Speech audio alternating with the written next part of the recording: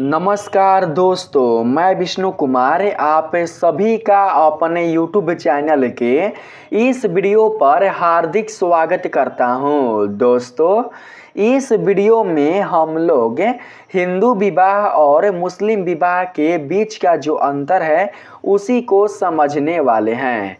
दोस्तों, आप लोगों के मन में भी ऐसा क्वेश्चन आया होगा कि हिंदू विवाह मुस्लिम विवाह से भिन्न क्यों होता है, हिंदू विवाह और मुस्लिम विवाह के बीच कौन कौन सी भिन्नता होती है। ऐसा सवाल आप लोगों के मन में ज़रूर आया होगा। दोस्तों, यदि आप लोग भी जानना चाहते हैं कि हिंदू विवाह मुस्लिम विवाह से भिन्न क्यों है, इनके बीच कौन कौन से अंतर होते हैं, तो दोस्तों आप लोग इस वीडियो को ध्यान से देखिएगा। इस वीडियो में मैं आप लोगों को बिल्कुल अच्छी तरीके से बताऊंगा कि हिंदू विवाह और मुस्लिम विवाह एक दूसरे से भिन्न क्यों होते हैं। तो आइए बिना देर किए स्टार्ट करते हैं अपने आज के इस वीडियो क्लासेज को।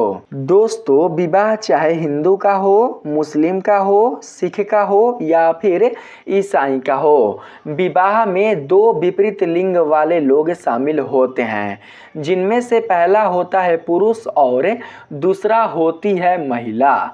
दोस्तों, आप सभी जानते हैं कि विवाह के लिए एक पुरुष और एक स्त्री का होना बहुत ही आवश्यक है। विवाह बिल्कुल भी समान लिंगों में नहीं होता बल्कि विपरीत लिंगों में होता है। दोस्तों, समाज को आगे बढ़ाने के लिए, धर्म को आगे बढ़ाने के लिए, अपने पीढ़ी को बनाए रखने के लिए जो लोग होते हैं वो विवाह करते हैं। अपने वंश को बढ़ाने के लिए, अपने दोस्तों पीढ़ी को आगे बढ़ाने के लिए जो लोग होते हैं वो विवाह को दोस्तों अपनाते हैं। अपने गृहस्थ जीवन को समृद्ध बनाए रखने के लिए, अपने आने वाले पीढ़ी को दोस्तों आगे बढ़ाने के लिए विवाह के स्वरूप को अपनाते हैं।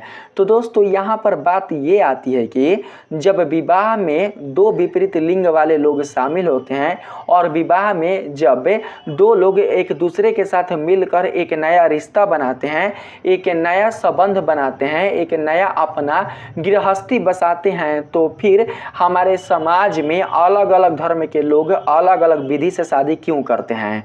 दोस्तों, आपने देखा होगा कि मुसलमान समाज के लोग अलग विधि से विवाह करते हैं और हिंदू समाज के लोग अलग विधि से विवाह करते हैं। सिख समाज के लोग अलग विधि से विवाह करते हैं और ईसाई समाज के लोग अलग विधि से विवाह करते हैं। ठीक है, इसी प्रकार से भिन्न भिन्न धर्म के जो भी लोग होते हैं वो अपने अपने धर्म के अनुसार विवाह करते हैं।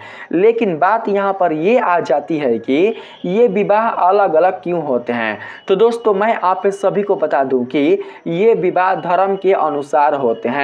जिनका जो धर्म संदेश देता है उसी धर्म के अनुसार ये लोग अपना विवाह करते हैं। बिल्कुल भी किसी दूसरे धर्म को दोस्तों मानकर ये विवाह नहीं करते हैं।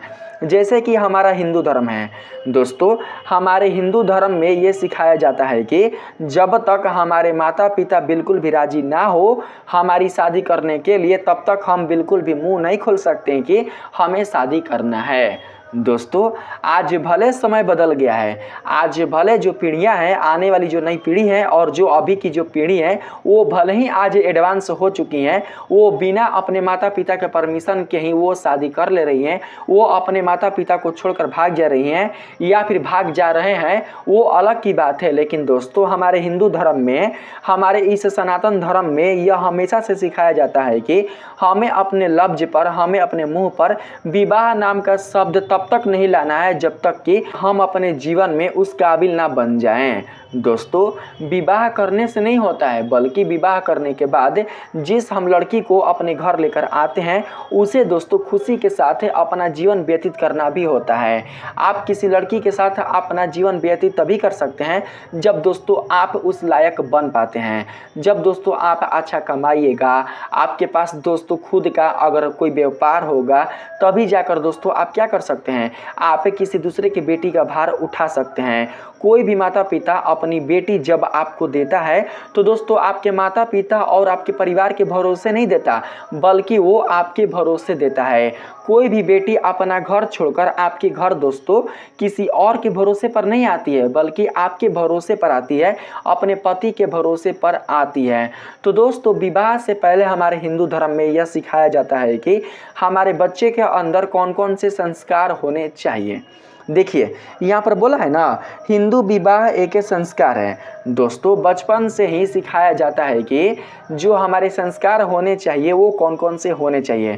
दोस्तों हमारे अंदर संस्कार होना चाहिए माता पिता की सेवा करना, बड़ों का आदर करना, बड़ों से अच्छे से बात करना, स्त्रियों का सम्मान करना, स्त्रियों को बिल्कुल भी पैरों की जूती ना समझना, स्त्री को देवी समझना और अपने बराबर ही उसे सम्मान देना। दोस्तों जिन लोगों के अंदर ये संस्कार नहीं होते हैं वही लोग अक्सर अपने पत्नी के साथ झगड़ा करते हैं, अपने पत्नी को मारते हैं, पीटते हैं और उसे घर से बाहर निकाल देते हैं।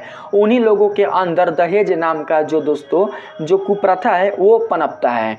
दोस्तों जो भी बच्चा या जो भी लड़का पढ़ा लिखा होता है, जिसके संस्कार अच्छे होते हैं, जिनके परिवार काफ़ी अच्छे होते हैं, उसके अंदर कोई भी दोस्तों गलत चीज़ें नहीं आती है। वो लड़का बस यह सोचता है कि हमें बस कोई एक अच्छा जीवन साथी मिल जाए, हमें दहेज नहीं भी मिलेगा तो भी चलेगा, हम खुद से कमाकर हम दहेज की सारी वस्तुओं को अपने घर में रख लेंगे। बस हमें एक ऐसा लड़की चाहिए जो हमारे माता पिता की सेवा करे, जो हमारी सेवा करे, इस घर को आगे लेकर जाए, हमारे इस घर की परंपरा को बनाए रखे, हमारे घर में कोई भी विषमता उत्पन्न ना होने दे, हमारे घर में कोई भी द्वेष या झगड़ा उत्पन्न ना होने दे, हमारे घर को मंदिर के जैसा बना कर रखें। जो संस्कारी लड़का होता है वो दोस्तों यही चाहता है। ठीक है, क्यों चाहता है? क्योंकि उसके संस्कार अच्छे होते हैं, उनके जो माता पिता होते हैं वो उन्हें संस्कार अच्छे देते हैं, तभी जाकर वो लड़का भी अच्छे संस्कार के साथ दोस्तों क्या करता है, समाज में कदम रखता है। उनके घर जो भी बेटी जाती हैं उनके साथ जिस लड़की की शादी होती है उसका जीवन धन्य हो जाता है। दोस्तों देखिए जब भी हिंदू धर्म में एक लड़का का एक लड़की के साथ शादी किया जाता है तो दोस्तों सबसे पहले यह देख लिया जाता है कि लड़का मैच्योर है कि नहीं, यानी कि लड़का अपने युवावस्था को प्राप्त कर चुका है कि नहीं। जब लड़की दोस्तों शादी करने के लिए जाती हैं तो लड़की के परिवार वाले सबसे पहले यह देख लेते हैं कि हमारी लड़की शादी करने के योग्य हो चुकी है या फिर नहीं। अगर लड़की बिल्कुल भी शादी करने के लायक नहीं हो पाती है, अगर वो मैच्योर नहीं हो पाती है तो उनके जो परिवार वाले होते हैं वो अपनी लड़की की शादी बिल्कुल भी नहीं कराते हैं। दोस्तों शादी से पहले हिंदू समाज के जो लोग होते हैं, हिंदू समाज के जो परिवार वाले होते हैं वो अपने बच्चियों को दोस्तों अच्छे अच्छे संस्कार देते हैं, उन्हें अच्छे अच्छे बातें सिखाते हैं, उन्हें अच्छे अच्छे दोस्तों गुण देते हैं, ताकि उनकी बच्ची या किसी दूसरे के घर में जाकर बिल्कुल भी उनका नाम बदनाम ना करें। तो दोस्तों यही संस्कार है। देखिए जो लड़की की माता पिता होते हैं, जो लड़की की माता पिता होते हैं वो अपने बच्ची को समझाते हैं कि आपको अपने ससुराल में जो लड़के के माता पिता हैं उनको ही अपना माता पिता मानना है, उनके साथ कोई भी दुर्व्यवहार नहीं करना है। जितना प्यार तुमने मुझे दिया है, अपने पापा को दिया है, उतना ही प्यार तुम अब विवाह के बाद अपने पति, अपने ससुर और अपने सास को दोगी। आप उन्हें ससुर और सास ना समझना, बल्कि आप उन्हें अपने माता पिता के समान ही समझना। आपका जो देवर है उसे आप छोटे भाई के रूप में समझना, उसे बिल्कुल भी अपने से मतलब भिन्न के रूप में मत देखना, या ऐसा मत समझना कि आपके देवर के साथ आपका कोई रिश्ता है ही नहीं। कोई भी अपने परिवार में अनबन मत होने देना, एक छोटे भाई के रूप में उसे आप देखना। और देवर को भी यह समझाया जाता है कि वो अपने भाभी को माँ के रूप में देखें। दोस्तों जब एक अच्छा देवर मिल जाता है, जब एक अच्छा सास ससुर मिल जाते हैं, जब एक अच्छा पति मिल जाता है, जब एक अच्छा पत्नी मिल जाती है, तभी जाकर दोस्तों परिवार स्वर्ग बन पाता है। तभी जाकर दोस्तों उस परिवार में कोई भी द्वेष या झगड़ा उत्पन्न नहीं होता है।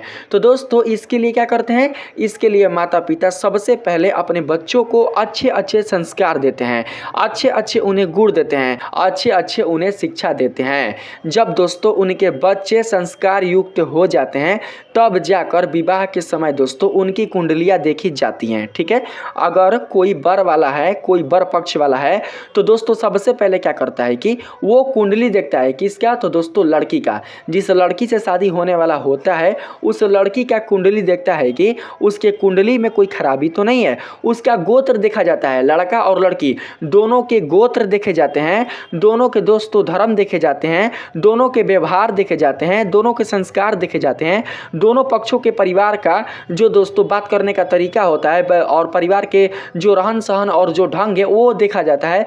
तब जाकर दोस्तों दो परिवार एक दूसरे के साथ मिल पाते हैं, तब जाकर दो परिवारों के बीच एक नया रिश्ता बन पाता है।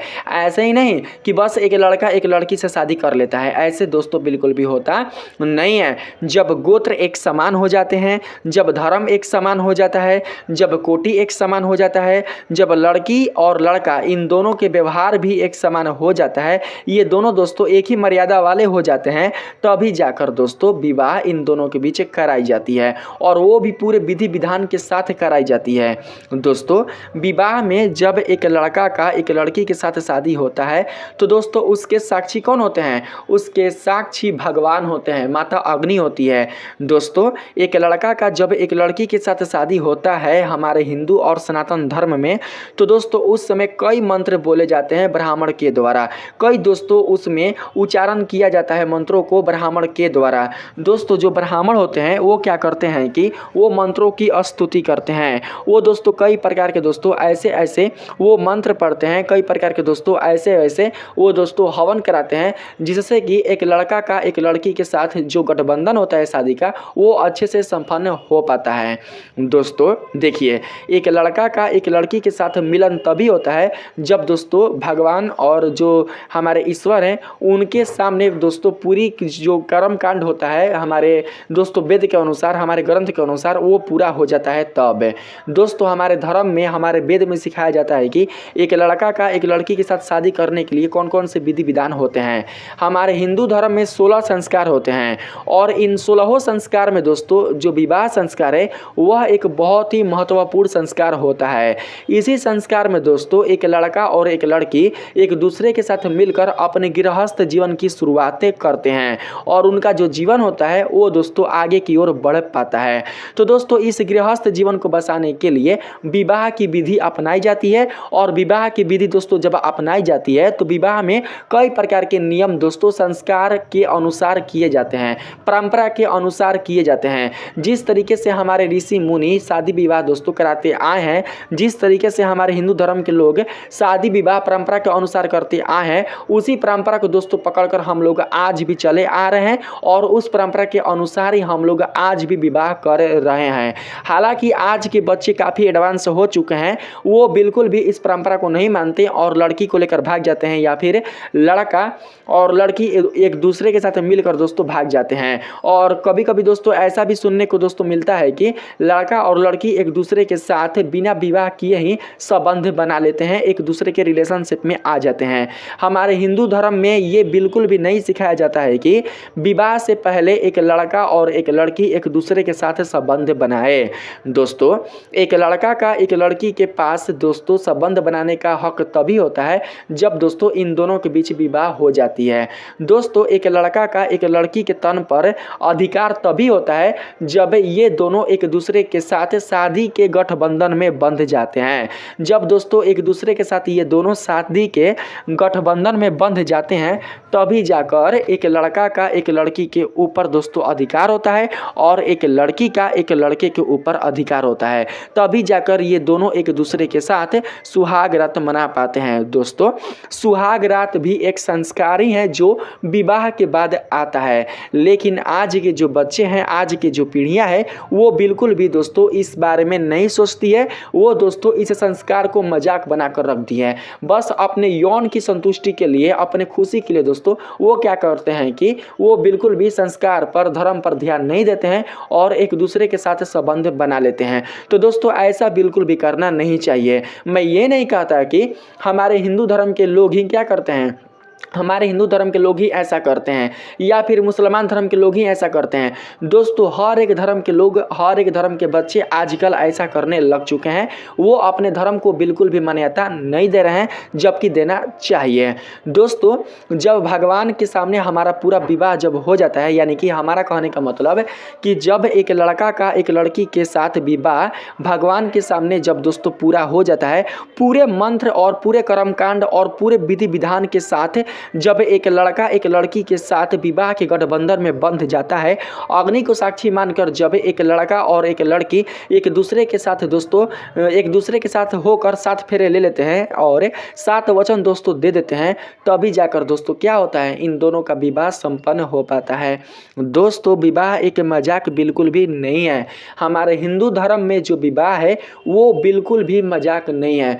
जब एक लड़का किसी लड़की को पहली बार अगर सिंदूर देता है तो दोस्तों उसका महत्व होता है। जब वो सिंदूर दे देता है अगर किसी लड़की को, तो सिंदूर देने के बाद ही वो लड़की उस लड़का की पत्नी बन जाती है। इतना महत्व है हमारे हिंदू सनातन धर्म में। लेकिन आज इस सिंदूर का भी मजाक बन चुका है। बहुत सारे लड़के ऐसे हैं जो कि लड़कियों को फुसलाते हैं, उनसे कहते हैं कि मैं तुमसे शादी करूंगा। वो दोस्तों लड़कियों को इतना फुसलाते हैं संबंध बनाने के लिए, सहवास करने के लिए, कि दोस्तों वो सिंदूर तक भी आ जाते हैं।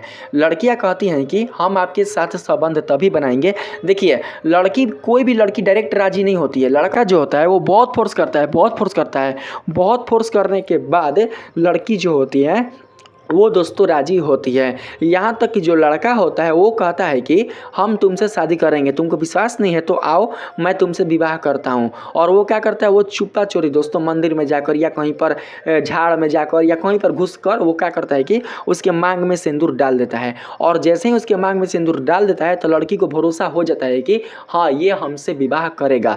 लड़की सिंदूर की कीमत को समझती है, लेकिन लड़का बिल्कुल भी सिंदूर की कीमत को नहीं समझता। आने वाले समय में वो लड़का बदल जाता है, कहता है कि मैं तुमसे विवाह किया ही नहीं हूँ, क्या गारंटी है, क्या सबूत है कि मैंने तुमसे विवाह किया है। तो ये चीज़ दोस्तों समझना चाहिए कि सिंदूर की भी बिल्कुल भी मान्यता नहीं रही है।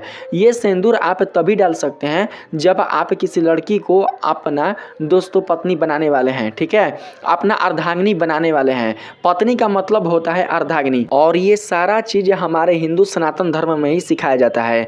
हमारे हिंदू सनातन धर्म में सिखाया जाता है दोस्तों कि जब एक लड़का, जब एक वर एक वधू से विवाह करता है तो विवाह वो इसलिए नहीं करता ताकि वो बच्चे पैदा कर सके, ताकि वो अपने यौन की संतुष्टि को पूरा कर सके, बल्कि जब एक वर एक वधू से विवाह करता है तो विवाह करने के फलस्वरूप इन दोनों के बीच एक नया रिश्ता बनता है। वो जो लड़की होती है वो उस लड़के की अर्धांगिनी हो जाती है, उसका आधा अंग हो जाती है, उसके पूरे आधे तन पर, आधे तन नहीं मतलब उसके पूरे दोस्तों क्या बोलते हैं आधे संपत्ति पर दोस्तों उस लड़की का अधिकार हो जाता है, ठीक है। तो दोस्तों आज के लड़के और लड़कियों को बिल्कुल भी अपने धर्म के अगेंस्ट जाकर, अपने परिवार के अगेंस्ट जाकर विवाह नहीं करना चाहिए। जब उनके परिवार वाले राजी हो जाए, जब उनके गोत्र एक हो जाए, उनके धर्म एक हो जाए, जब राजी लगता है कि लड़का भी है विवाह करने के लिए और लगता है कि लड़की भी है विवाह करने के लिए, तभी विवाह करें। अपने मन से बिल्कुल भी विवाह ना करें, ठीक है। तो दोस्तों मैंने ये सारा चीज़ें आप लोगों को हिंदू विवाह में बताया, ठीक है। हिंदू विवाह में दोस्तों इसलिए कहा जाता है कि हिंदू विवाह क्या है, हिंदू विवाह एक संस्कार है। और संस्कार कैसे है ये मैंने आप लोगों को बताया, ठीक है। हिंदू विवाह में दोस्तों बताया जाता है कि जब भी कोई एक वर एक वधू से विवाह कर लेता है तो दोस्तों वह वधू ही 7 जन्मों के लिए उसकी पत्नी हो जाती है। वो वधू क्या होती है, वो वधू ही उस लड़के के लिए, उस वर के लिए 7 जन्मों की अर्धांगिनी हो जाती है। अगले 7 जन्म तक कोई भी दूसरी लड़की उसके जीवन में नहीं आ सकती। लेकिन आज के समय दोस्तों विवाह होता है, 4 महीना बाद ही विवाह टूट जाता है, 5 महीना बाद ही विवाह टूट जाता है। दोस्तों हमारे हिंदू सनातन धर्म में तलाक नाम का कोई भी दोस्तों व्यवस्था नहीं था, तलाक नाम का कोई भी दोस्तों नियम नहीं था। आज के समय में भले ही तलाक बन चुका है, लेकिन हमारे हिंदू सनातन धर्म में तलाक नाम का कोई भी विधि नहीं था। जब एक लड़का का एक लड़की के साथ विवाह होता था तो दोस्तों उसके जीवन में दूसरी कोई भी लड़की नहीं नहीं आती थी। और दोस्तों मरते दम तक जो लड़का था वो लड़की के साथ प्रेम करता था और जो लड़की होती थी वो लड़के के साथ प्रेम करती थी, यानी कि पति पत्नी दोनों एक साथ दोस्तों अपने प्रेम को आगे लेकर आगे बढ़ते थे। ठीक है, यहाँ पर बात करते हैं मुस्लिम विवाह में। दोस्तों इसमें कहा जा रहा है मुस्लिम विवाह एक समझौता है। समझौता कहने का मतलब कॉन्ट्रैक्शन। दोस्तों समझौता में क्या होता है कि एक लड़का और एक लड़की के बीच बातचीत होता है। बातचीत करके जब एक लड़का और एक लड़की एक दूसरे के साथ विवाह करने के लिए राजी हो जाते हैं तो दोस्तों उसी को समझौता कहा जाता है। उनके परिवार वाले जब राजी हो जाते हैं तो दोस्तों यही चीज़ें समझौता कहलाता है। इसमें बिल्कुल भी दोस्तों धर्म को नहीं देखा जाता, इसमें बिल्कुल भी दोस्तों गोत्र को नहीं देखा जाता, इसमें बिल्कुल भी लड़के और लड़की के संस्कार को नहीं देखा जाता और साथ ही दोस्तों ये नहीं देखा जाता है कि लड़का और लड़की हमारे ही जाति का है या फिर नहीं है। बस ये देख लिया जाता है कि हाँ लड़का मुस्लिम है और लड़की मुस्लिम है और ये दोनों जब राजी हैं विवाह करने के लिए तो फिर इन दोनों के बीच विवाह करा दिया जाता है। बस यहाँ पर ये देखा जाता है कि लड़का जो होना चाहिए और जो लड़की होनी चाहिए वो एक ही माँ के साथ स्तनपान करने वाली नहीं होना चाहिए, यानी कि एक माँ है और एक माँ का ही स्तनपान अगर लड़का किया है और उसी माँ का स्तनपान लड़की ने भी किया है तो दोस्तों उन दोनों के बीच विवाह बिल्कुल भी नहीं किया जा सकता। इतना तक मर्यादा दिया जाता है किस धर्म में, तो मुस्लिम धर्म में। ठीक है, लेकिन अगर जब लड़का अपने माँ का स्तनपान किया है और लड़की बिल्कुल भी उस लड़के के माँ का स्तनपान नहीं किया तो दोस्तों शादी विवाह किया जा सकता है इन दोनों के बीच। ठीक है, तो यहाँ पर आप समझ सकते हैं दोस्तों कि मुस्लिम विवाह में जो विवाह है वो दोस्तों किसी के भी साथ किया जा सकता है, चाहे वो उनके रिश्तेदार हो या ना हो या कोई और हो, उनके साथ भी विवाह किया जा सकता है। बातचीत कर सुलझ कर समझा कर दोस्तों एक लड़का और एक लड़की एक दूसरे के बीच क्या करते हैं, विवाह के लिए राजी हो जाते हैं। बस ये देखा जाता है कि एक ही माँ के साथ दोस्तों स्तनपान करने वाले बिल्कुल भी दोनों नहीं होने चाहिए। कौन, तो लड़का और लड़की। तो यहाँ पर आप समझ पा रहे हैं कि मुस्लिम विवाह में बिल्कुल भी दोस्तों कोई भी धर्म को नहीं देखा जाता, कोई भी गोत्र को नहीं देखा जाता है। ठीक है, तो यहाँ पर क्या हो गया है, यहाँ पर मुस्लिम विवाह एक समझौता हो गया है। ठीक है, यहाँ पर 2 नंबर में चलते हैं। 2 नंबर में कहा गया है हिंदू विवाह मंत्र के द्वारा संपन्न होता है। दोस्तों मैंने आप लोगों को बताया है ना, जब हिंदू में एक लड़का और एक लड़की का शादी होता है तो दोस्तों मंत्रों के कारण होता है। जब ब्राह्मण द्वारा सारे मंत्र बोल लिए जाते हैं, सारे मंत्र पढ़ लिए जाते हैं, सारे विधान पूरे हो जाते हैं, सारे कर्म कांड पूरे हो जाते हैं, सारे देवी देवता प्रसन्न हो जाते हैं, तभी जाकर विवाह क्या होता है, संपन्न होता है। अन्यथा बिल्कुल भी विवाह को संपन्न माना नहीं जाता। कई दोस्तों विधियाँ होती हैं, आपने देखा होगा कि जब दोस्त विवाह हो जाता है तो विवाह के बाद भी कई विधियाँ होता है। लड़की जो होती हैं वो दोस्तों क्या होती हैं कि जब अपने ससुराल में कदम रखती हैं पहला तो दोस्तों उन्हें चावल से भरे कलश को गिराना पड़ता है। फिर उनकी जब पहली रसोई आती है तो रसोई के लिए भी कई प्रकार की विधियाँ होती है, बहुत सारे नियम होते हैं हमारे हिंदू सनातन धर्म में। लेकिन मुसलमान धर्म में ऐसा बिल्कुल भी नहीं होता है। मुसलमान धर्म में ऐसा जो नियम है वो बिल्कुल भी देखा नहीं जाता है। ठीक है, यहाँ पर दोस्तों कहा गया है हिंदू विवाह मंत्र के द्वारा संपन्न होता है, तो ये तो आप लोग जान चुके हैं। लेकिन अगर हम बात करें मुस्लिम विवाह का तो दोस्तों मुस्लिम विवाह में कहा गया है मुस्लिम विवाह कुछ शर्तों को मानने के बाद संपन्न होता है।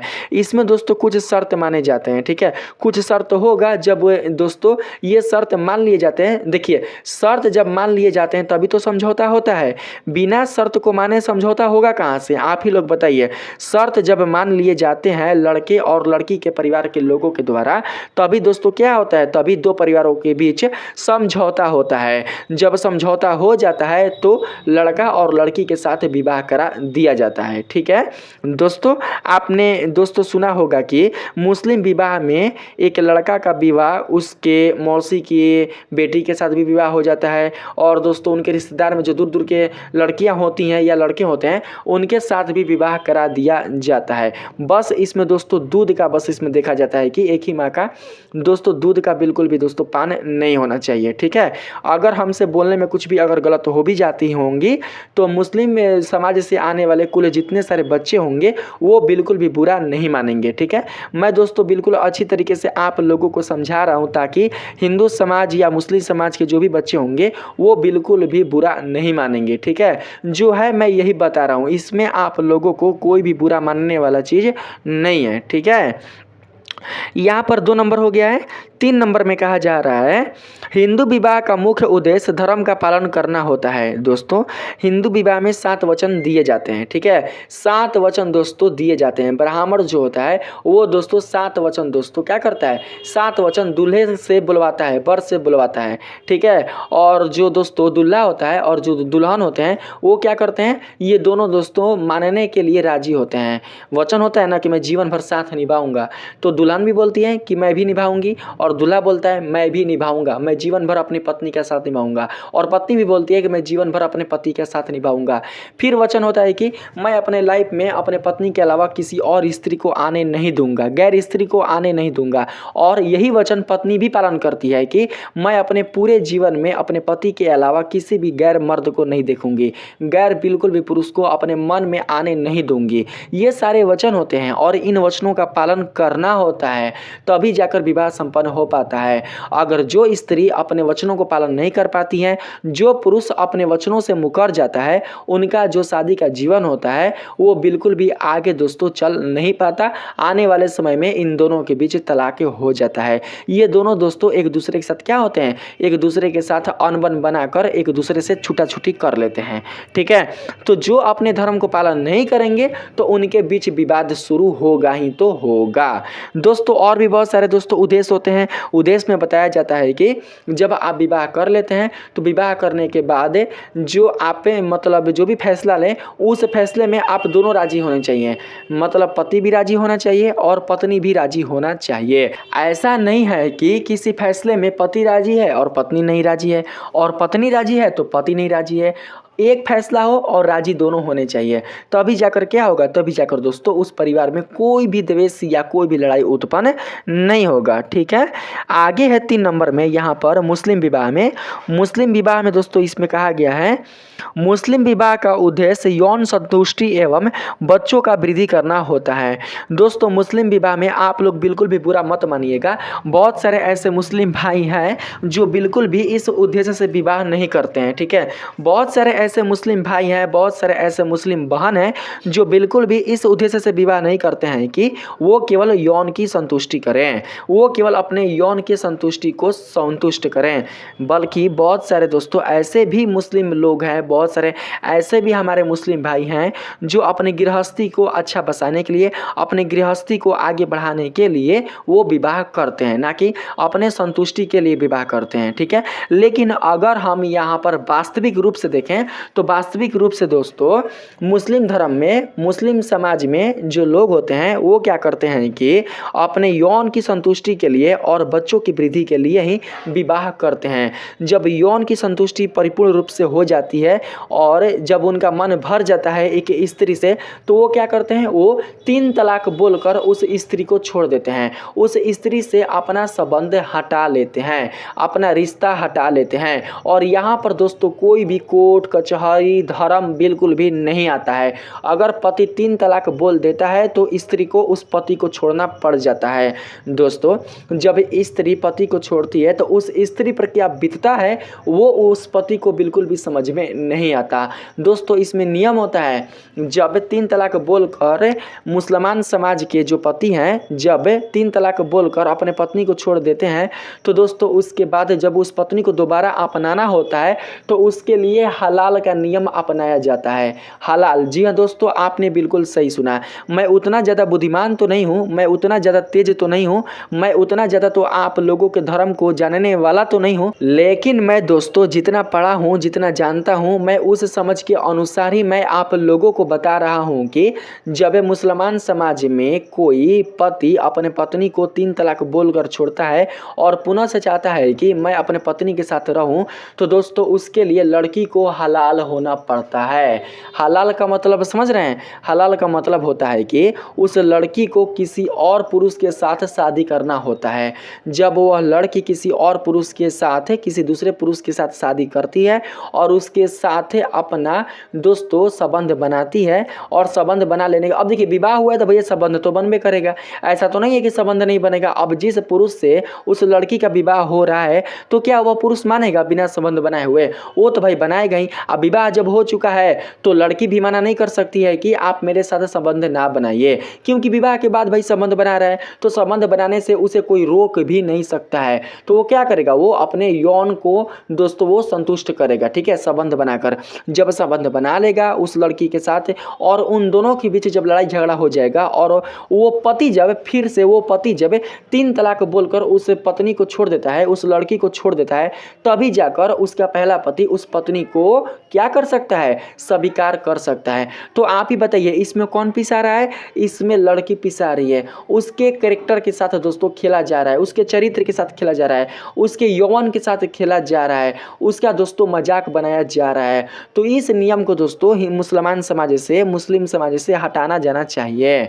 दोस्तों हलाल बिल्कुल भी सही नियम नहीं है दोस्तों, यह नियम समाज से हटाना चाहिए। मुसलमान समाज से इस नियम को हमेशा के लिए ख़त्म कर देना चाहिए। बहुत सारी ऐसी बेटियां होंगी जो दोस्तों चाह कर भी ये नहीं चाहती होंगी कि हमारे साथ ऐसा हो। बहुत सारी ऐसी बेटियां भी होंगी जो ये दोस्तों सोच रही होंगी कि अगर हम ऐसा करेंगे तो हम अपना जान दे देंगे।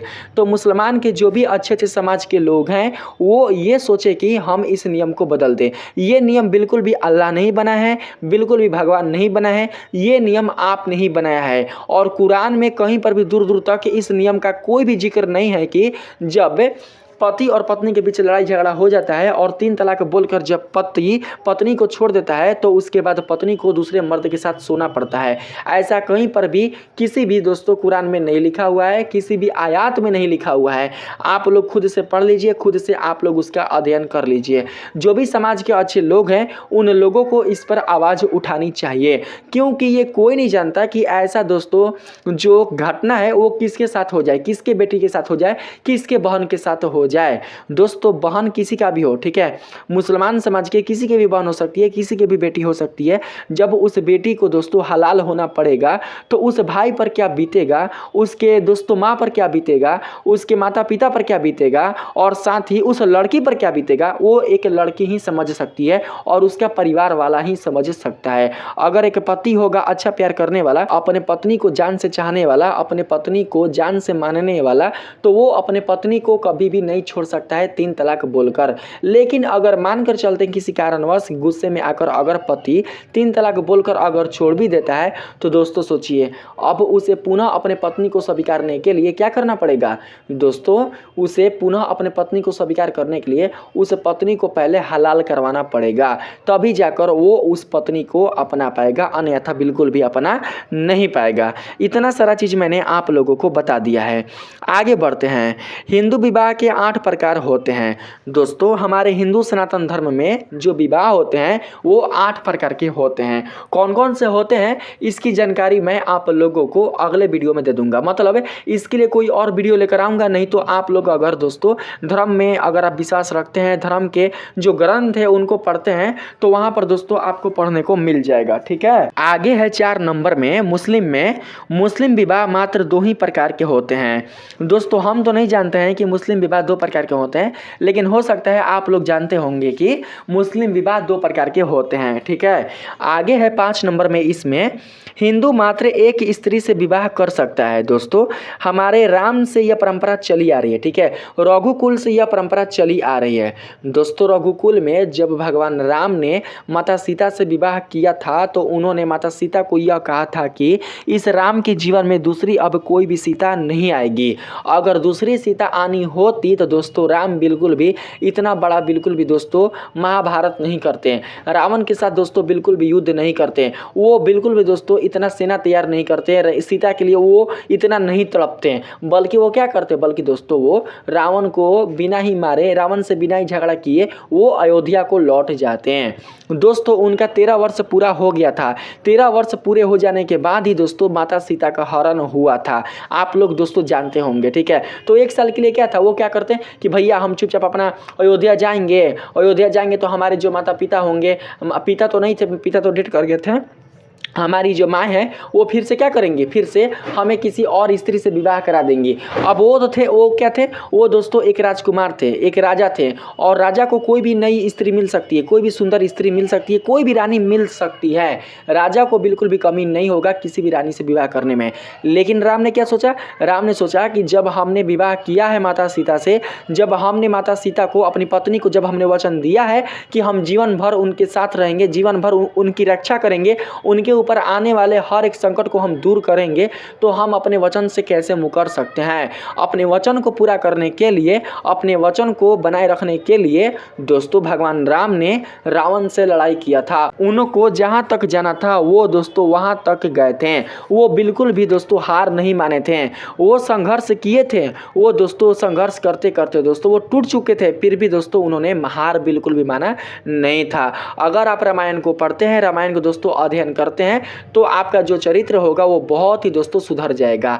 आपके अंदर एक से बढ़कर एक आदर्श आ जाएंगे, आपके अंदर एक से बढ़कर एक संस्कार आ जाएंगे। माता सीता सोचती कि अरे भाई छोड़ो ना, राम में क्या है रखा है, रावण भी तो इतना शक्तिशाली है, रावण इतना बड़ा शक्तिशाली है कि उसके आगे बड़े बड़े देवता भी नतमस्तक हो जाएंगे, बड़े बड़े महान महान जो देव हैं, जो बड़ी बड़ी देवियां हैं, वो भी नतमस्तक हो जाएंगे। रावण को किसी स्त्री का कमी थोड़ी है, वो जिस रानी पर हाथ रख दे वो रानी उसकी हो जाएगी, जिस स्वर्ग के अप्सरा पर हाथ रख दे वो अप्सरा उसकी हो जाएंगी। अगर रावण हमें इतना अगर प्रे कर रहा है हमसे विवाह करने के लिए, तो कर लेते हैं, क्या दिक्कत है। ये भी राजा हैं और जो राम थे वो भी राजा थे, तो राजा से तो विवाह हो रहा है, कर लेते हैं, क्या दिक्कत है। तो अगर माता सीता चाहती तो विवाह कर सकती थी, लेकिन उन्होंने विवाह नहीं किया, उन्होंने अपने मर्यादा को बिल्कुल भी नहीं तोड़ा।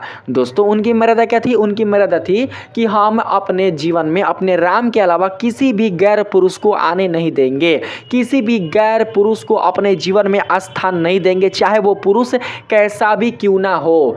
तो दोस्तों उन्होंने अपने इस मर्यादा का पालन किया था, और इस मर्यादा के पालन करने के बाद ही जब माता सीता ने दोस्तों अग्नि परीक्षा ली थी, तो उस अग्नि परीक्षा में माता सीता बिल्कुल भी जली नहीं थी, क्योंकि वह पवित्र थी, वो शुद्ध थी। तो दोस्तों ये सारे चीज़ें हमें हमारे हिंदू धर्म में सिखाए जाते हैं, ठीक है। यहाँ पर दोस्तों कहा जा रहा है मुस्लिम करीब 3-4 स्त्री से शादी कर सकता है। दोस्तों आपने बाबर को सुना होगा, अकबर को सुना होगा, और साथ ही आपने दोस्तों सुना होगा शाहजहां को, आपने औरंगजेब को सुना होगा। ये सब जो दोस्तों बड़े बड़े बादशाह थे, उन्होंने क्या किया था, उन्होंने दोस्तों बहुत सारी स्त्रियों से विवाह किया था। केवल किस लिए, तो केवल और केवल अपने यौन की संतुष्टि के लिए, केवल और केवल यासी के लिए, बस यासी के लिए दोस्तों उन्होंने विवाह किया था। देखिए मुसलमान धर्म में एक नियम है, मुसलमान धर्म में नियम यह है कि एक पुरुष एक से अधिक स्त्रियों से शादी कर सकता है, लेकिन एक स्त्री एक से अधिक पुरुष से बिल्कुल भी शादी नहीं कर सकती है। ये मुस्लिम धर्म में एक नियम है, और इस नियम को बनाने वाले कौन है, इस नियम को बनाने वाले मुसलमान समाज के ही लोग हैं। तो इस नियम को बदल देना चाहिए। अगर मुसलमान समाज के लोग नहीं मानेंगे, अगर मुसलमान समाज के लोग अपने धर्म में सुधार नहीं लाएंगे, तो दोस्तों इनका जो धर्म होगा वो कैसे आगे बढ़ेगा, इनका धर्म कैसे पवित्र होगा, बताइए। देखिए कुरान पवित्र है, लेकिन जो उन्होंने बायहंडर रच रखा है, उन्होंने अपने आप से जो भी जबरदस्ती नियम लगाया है वो अपवित्र है, ठीक है। मैं ये बोलना चाहता हूँ आप लोगों को। यहाँ पर 6 नंबर में दोस्तों कहा जा रहा है हिंदू विवाह में आशीर्वाद की आवश्यकता होती है, लेकिन मुस्लिम विवाह में गवाह की आवश्यकता होती है। किसकी आवश्यकता होती है, तो गवाह की। कबूल कराया जाता है ना जी दोस्तों, गवाह के लिए कम से कम गवाह के लिए 2 लोगों की आवश्यकता होती है। जब एक लड़का का एक लड़की के साथ विवाह कराया जाता है मुसलमान समाज में, तो दोस्तों उसमें कम से कम 2 गवाहों का होना बहुत ही आवश्यक होता है।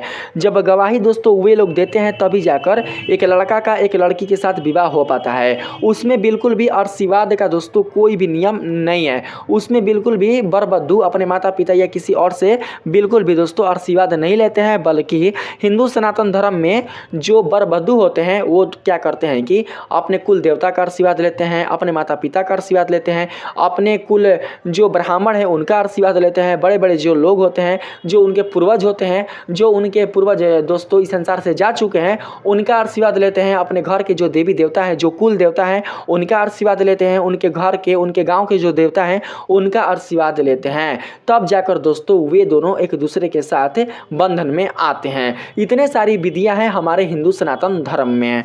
आगे है इसमें 7 नंबर में, अंतर विवाह नियम हिंदुओं को अपने ही रिश्तेदार संबंधी में विवाह करने से रोकते हैं।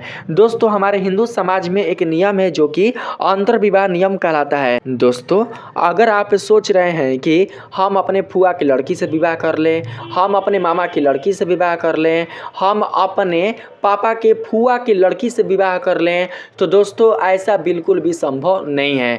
हमारे हिंदू सनातन धर्म में एक नियम है जिसका नाम है अंतर विवाह नियम। अंतर विवाह नियम के अनुसार आप बिल्कुल भी अपने रिश्तेदार, अपने संबंधी युक्त लड़की से बिल्कुल भी विवाह नहीं कर सकते हैं। बल्कि दोस्तों आप जो आपके रिश्तेदार नहीं है, जो आपके संबंधी नहीं है, जिसे आप नहीं जानते हैं, उससे आप विवाह कर सकते हैं। और हाँ, याद रहे कि आप जिससे विवाह कर रहे हैं उस लड़की का गोत्र भी एक ही होना चाहिए। जो गोत्र आपका है वही गोत्र उस लड़की का भी होना चाहिए, वही धर्म उस लड़की का भी होना चाहिए। और दोस्तों वो लड़की बिल्कुल भी आपके रिलेशनशिप में नहीं होना चाहिए, आपके कोई भी रिश्तेदार नहीं होना चाहिए, किसी रिश्तेदार के वो लड़की नहीं होना चाहिए, तभी दोस्तों आप उससे विवाह कर सकते हैं। लेकिन ऐसा नियम बिल्कुल भी मुसलमानों में नहीं है। मुसलमानों में दोस्तों मैंने बताइए किया, बस दूध का दोस्तों उसमें देखा जाता है, बस दूध को देखा जाता है।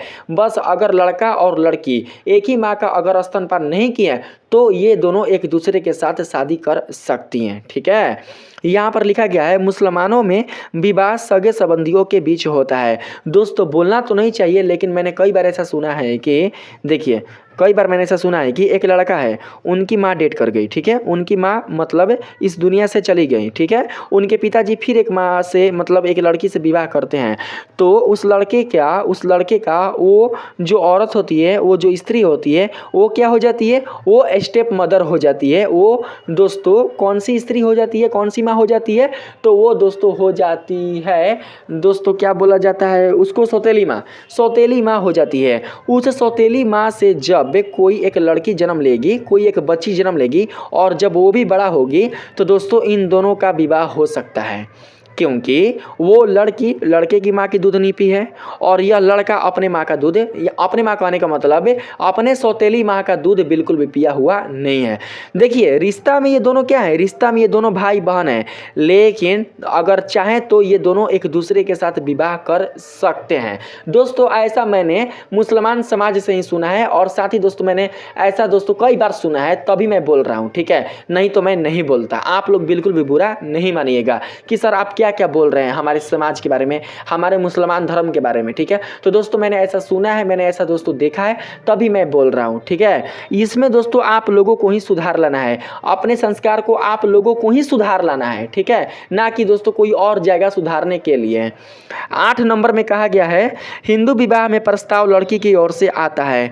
हिंदू विवाह में प्रस्ताव कहाँ से आता है, लड़की की ओर से। लड़की कहने का मतलब लड़की के परिवार वाले की ओर से। ठीक है, और यहाँ पर है मुस्लिम विवाह में प्रस्ताव लड़के की ओर से आता है। लड़के की ओर से कहने का मतलब लड़के के परिवार वाले की ओर से दोस्तों प्रस्ताव आता है, किसके लिए, तो विवाह के लिए। ठीक है, यहाँ पर 9 नंबर में कहा जा रहा है हिंदुओं में विवाह विच्छेद के लिए न्यायालय के हस्तक्षेप की आवश्यकता नहीं होती है।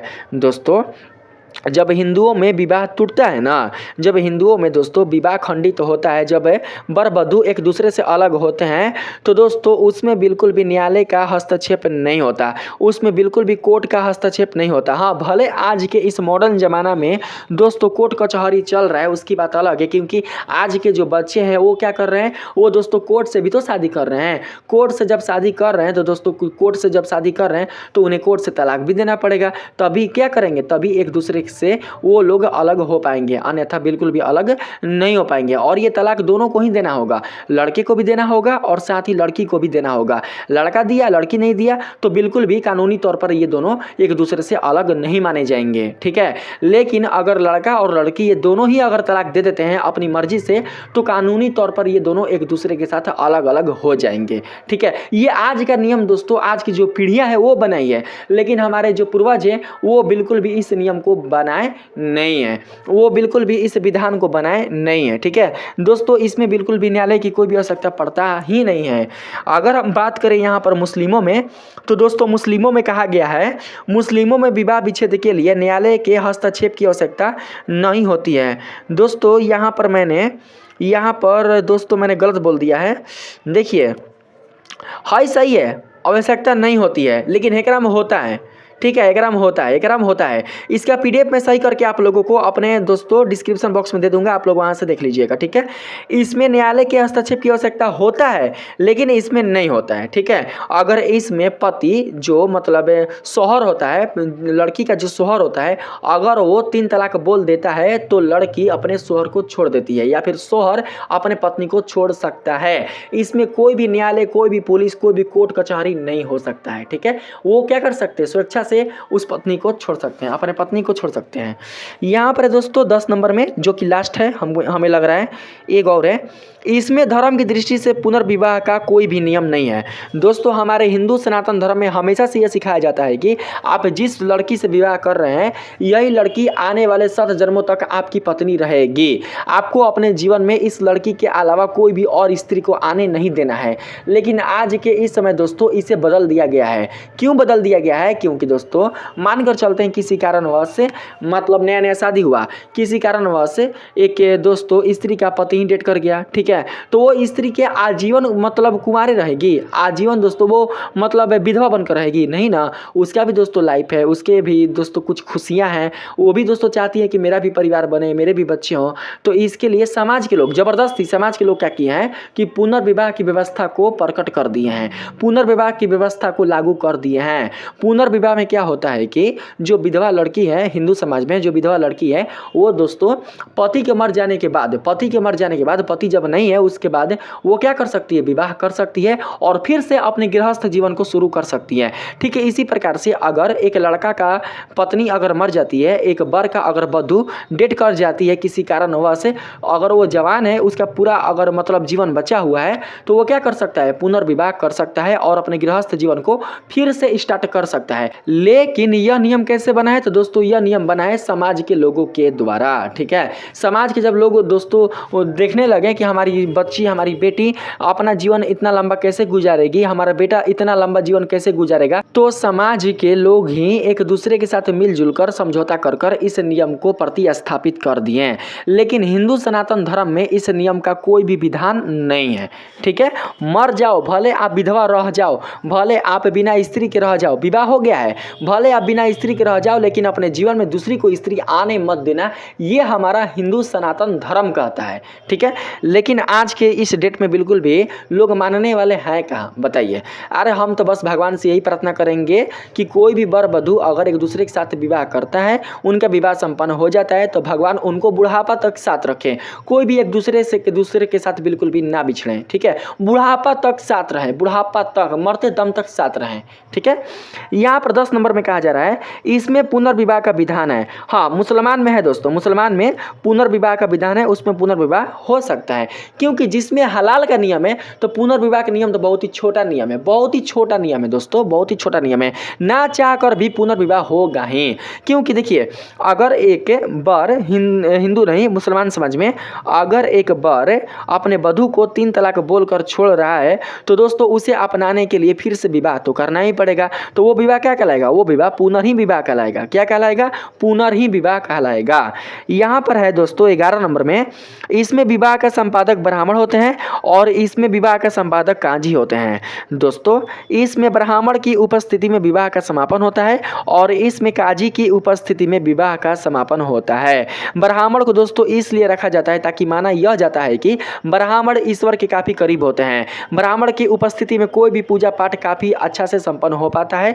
ब्राह्मण की उपस्थिति में जो देवी देवता होते हैं वो हमारे शादी को स्वीकार करते हैं, हमारे विवाह के बंधनों को स्वीकार करते हैं और हमारा जो विवाह होता है वो अच्छे से संपन्न हो पाता है। और यहाँ पर काजी क्या करते हैं कि दोस्तों काजी जो होते हैं वो क्या करते हैं कि एक डायरी पर पूरा चीज़ लिखते हैं, पूरा चीज़ नोट करते हैं कि लड़का क्या बोल रहा है, लड़की क्या बोलता है और क्या बोल रही है, और फिर क्या करते हैं कि दोस्तों वो कबूल करवाते हैं लड़का और लड़की से।